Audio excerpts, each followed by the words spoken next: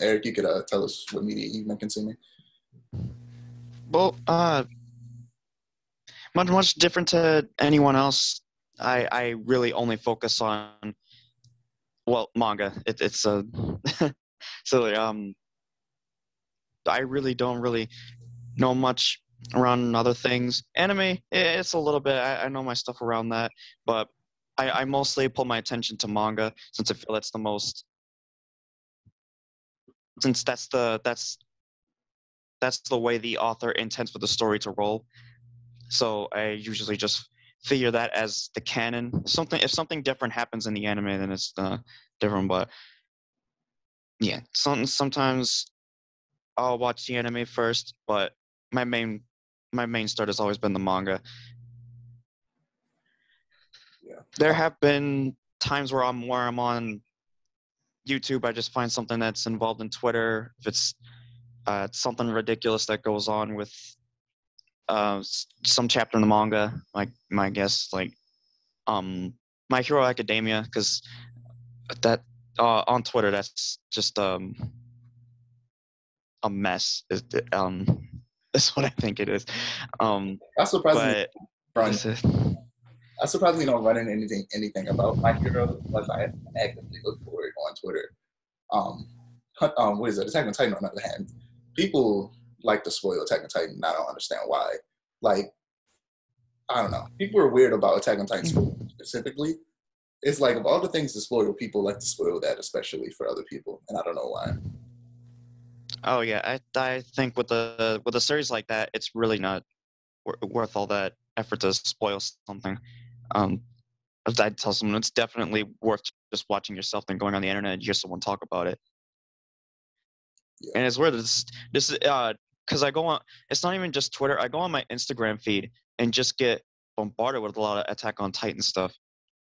I'm somewhat caught far enough in the manga that I was able to get into the anime, but every time I'm seeing stuff on Instagram that involves a specific episode, but that's not that's not a special case. I've seen it happen before, but it's just amazing how rapidly quick that happens. At least in my case, I think with Dragon Ball Super, I'd give it like a day for the episode to just come out, and then the next day someone will like do something. But with Attack on Titan, it's like a conversation, fan art. That stuff just comes up immediately once an episode comes. It's Yeah. kind of insane, really. Yeah. Are there any manga you've been reading specifically lately?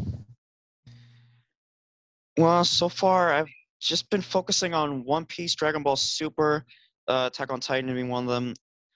Uh, I've lacked on My Hero Academia, but I'll catch up on that.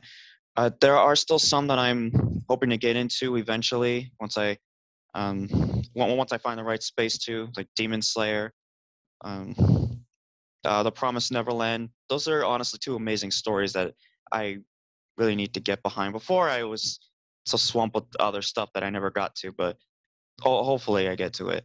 Yeah. And maybe I might even just swap Dragon Ball Super, because before its story was numbing my brain a bit, to be completely honest with you. I've actually I've never watched an entire episode of My Hero Academia. When I first started um consuming like just that story, I read the manga, and then ever since then I've just been reading about it. I'm fully caught up. There might be a new chapter, I'm not sure, but I'm fully caught up on My Hero. I've read all of Demon Slayer. Like the moment season one ended, I immediately started reading Demon Slayer. The moment that season ended, I couldn't wait. I read through all of it, and like I don't know, like a week or two after I had started reading it, like after the first season ended, it might have been like a month or something. I don't know. Time works weird in COVID times, but I ended up just running through that entire manga. I do that with most anime. Attack on Titan, I finished season 3 like sometime like in the middle of last year and ran through the manga. I'm fully caught up on that too. I read the most recent chapter came out I think like last week. Um, who is it? Surprisingly enough, at the opening, the third opening of Attack on Titan has so many, not spoilers, but what are they called? Like foreshadow things in it to like what things that happen in real time, like years later in the manga, and it's super weird. And it's the same. Oh, It's the same way for the ending. The ending of season 2 of Attack on Titan, I would suggest just never looking at it because it low key straight up spoils stuff that happens in the manga later on. If you actually like pay attention to it. But I suggested not paying attention to it or just not watching the ending for season 2 at all because it shows some major plot points that show up later that I've never realized that they showed until then.